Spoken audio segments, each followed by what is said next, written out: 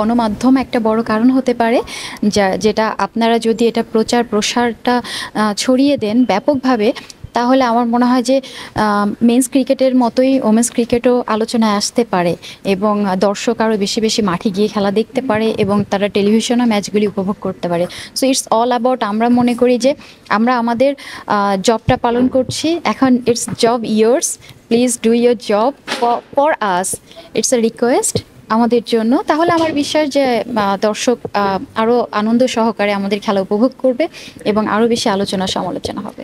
এখন আমাদের সামনে এগিয়ে যাওয়ার সময়, কারণ আমরা অলরেডি আইসিসির চ্যাম্পিয়নশিপের আন্ডারে যে ম্যাচ সিরিজগুলি হওয়ার কথা 2025 সাল পর্যন্ত চলবে, আমরা অলরেডি 3টা সিরিজ খেলে ফেলেছি, নিউজিল্যান্ড সিরিজ, শ্রীলঙ্কা সিরিজ এবং India series.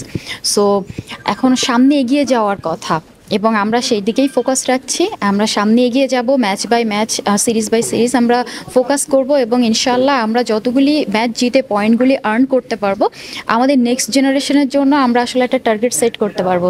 So we are just building now A building. আমি আন্তরিকভাবে দুঃখিত, আমি আসলে হলে গিয়ে সিনেমা দেখি না 2008 সাল থেকে কোনো একটা কারণে। সো অনলাইনে আসলে মুভি যেগুলি দেখা হয় সেগুলি দেখার চেষ্টা করি। লাস্ট সিনেমা আমার পাঠান দেখা হয়েছে এবং সেটা নেটফ্লিক্সে। বাংলাদেশের সব নায়কই আমার পছন্দ। আমার আনডাউটলি সাকিব খান খুবই দারুণ অভিনয় করেন, and he is a good looking hero, and also Arifin Shuvo আছেন। ওনাদের দুজনকে আপাতত ফলো করছি, দেখছি ওনাদের মুভিগুলি।